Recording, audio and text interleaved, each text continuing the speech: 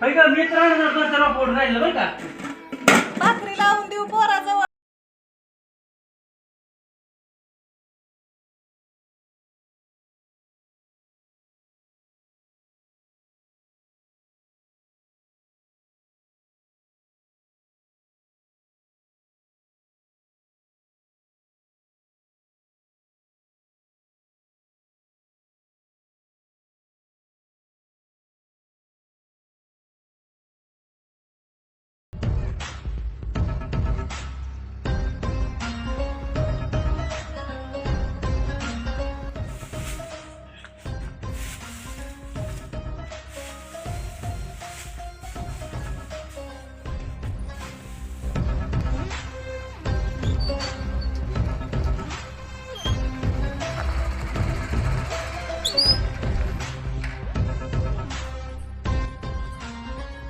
आलो आलो आलो.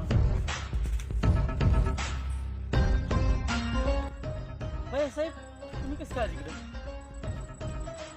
तात्यांनी पाठवलं होतं. कशासाठी? पैसे राहिलेत वाटतं. काय झालं तात्याने पैसे द्यायचे राहिले तर 2-3 कांद्याचं बी पैसे काय झालं नाही यंदा. कांद्याचं मार्केट पार पडलंय आणि गुलछेडले बाजार नाही अजिबात.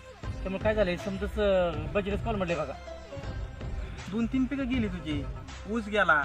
अहो काय झालं यंदा कशाला बाजार नाही काय होते समजा पेपर पण चालणं बाईसाहेब सोपं नाही आता. त्यामुळे काय होते तात्यांना म्हणा मी एवढ्या महिन्याभरात ते ना काय बी करतो पण एवढ्या माणसाचे पैसे देऊन टाकतो म्हणा. समजून देतो म्हणा काय ठेवत नाही तेवढं तात्यांना सांगा माझं न्यूज तेवढा. आम्ही काय नोकर आहे का तुमचं निरोप द्यायला? नाही तसं नाही बाईसाहेब पण सांगा तेवढं तात्यांना म्हणा. गेलं त्यांच्या घरी पण ते काय म्हणले की एवढ्या महिन्याभरात देतो कुठं नाही गोळ करून. तेवढं करा पैशात लवकर. बरं बरं ठीक आहे.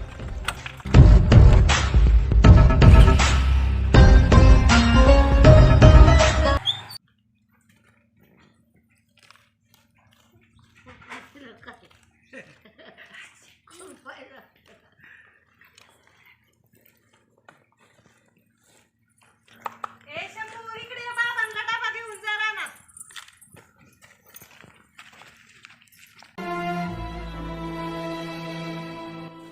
इधर भाकरी बाबांना दे आणि म्हणा घरात सामान संपलंय संध्याकाळी किराणा आणा म्हणून. हा.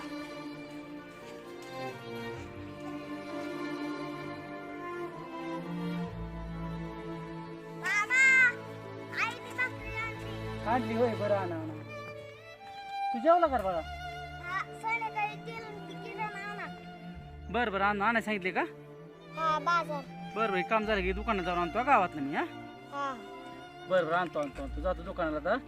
काम झालं की राव जाऊन तेवढं सामान घेऊन येतो. हा जा तू घरी आता जा घरी.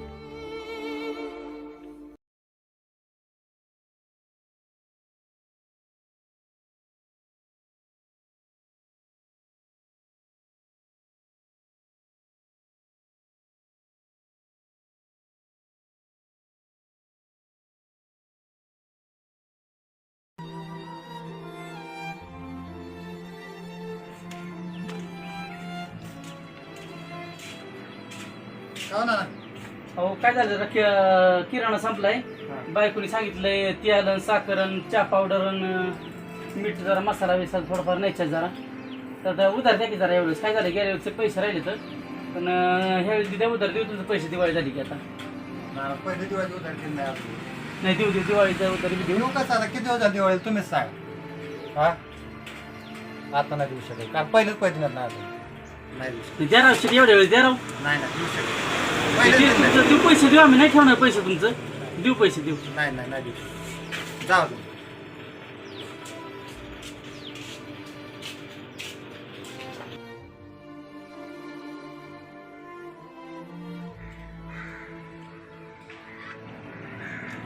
बघत पाहुणे नमस्ते. जरा सामान किराणा जरा उधार देताल का? पहिलीच उधारी दिली नाही राव. 900 रुपये उधारी. द्या राव उधार देईन तुमचं पैसे आम्ही राहिलेलो मी. पहिलीच द्या आधी उधारी. द्या एवढं द्या उधार. काय करा घरात जमणार नाही. काय करताय उधारी इथं नेताय परत सामान दुसरीकडून आणताय तुम्ही. नाही, तसं नाही तसं नाही. लोक सामान तिकडून आणायचे उधारीला इथं यायचं तर इथं बिथं का नाही तुम्हाला? जातो मग काय आता. तुम्ही नाही शेतकऱ्याला दिलं उधार तास कसं व्हायचं? कसं शेतकरी जागायचा? पहिली उधारी द्या देतो. नाही नाही कांदा गेलं तिथं उधार तुमची. अजिबात जमणार. त्या शेटनी नाही दिला बाजार. बघत पाहुण्यानी नाही दिला. आता अवघड आहे का नाही, आता कसं जायचं घरी, काय तोंड दाखवायचं घरी जाऊन.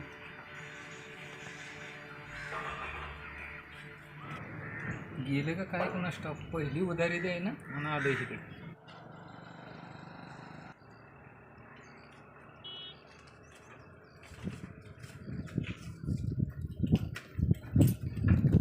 कुठं 14-15 पान आले रे. गुड्डू पान आले रे. 17 टाका बॉक्स पान आले. मिस्त्री बोला. गेल्या वेळेस ट्रॅक्टर केला तुम्ही, झटकच मारायला लागला ना, ह्या वेळेस तरी जरा चांगलं करा. डिझेल खराब आला असेल राव. अहो डिझेल कुठलं खराब आहे आता? हा शेतकऱ्याचे ट्रॅक्टर कसं चांगलं व्यवस्थित करायला पाहिजे ना तुम्ही. आम्ही पैसे देतोय तुम्हाला, पैसे देतोय पण आम्ही चांगलंच करतोय, पण जरा डिझेल खराब आला व्यवस्थित असेल. करा. मिस्त्री काय नवीन आहे काय? मग दिसलं नाही मला कवा इथं. जरा करा व्यवस्थित बरं का. बरं. बस तुम्ही इथं जरा व्हायचं. बॉक्स पान आले ना. 17-18 का बॉक्स पान.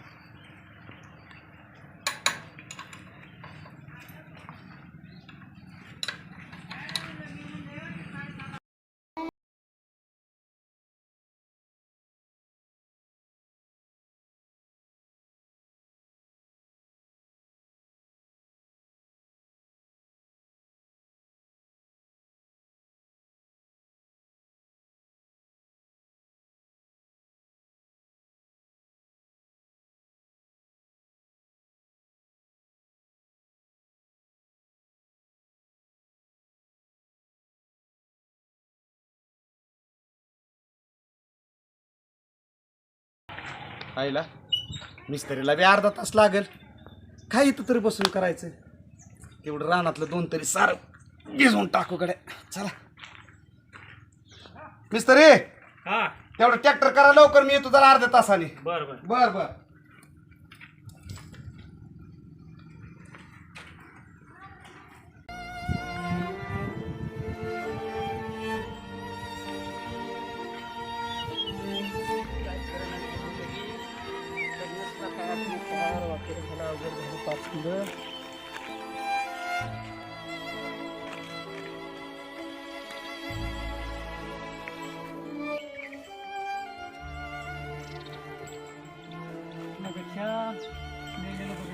पाळ्यामध्ये पाटाचं पाणी जात.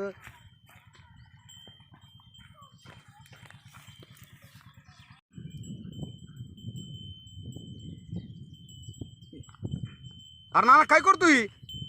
अहो पाटील काय सांगू तुम्हाला, लय चल बेकार चल चल झाली इकडे, आता. चल चल चल तू इकडे, चल इकडे. अहो हे शिवाय चल पर्याय चल नाही चल पाटील चल आपल्याला. आपल्याला येड्यावानी करतो काय तुझा का? चल इकडे एका साईडला.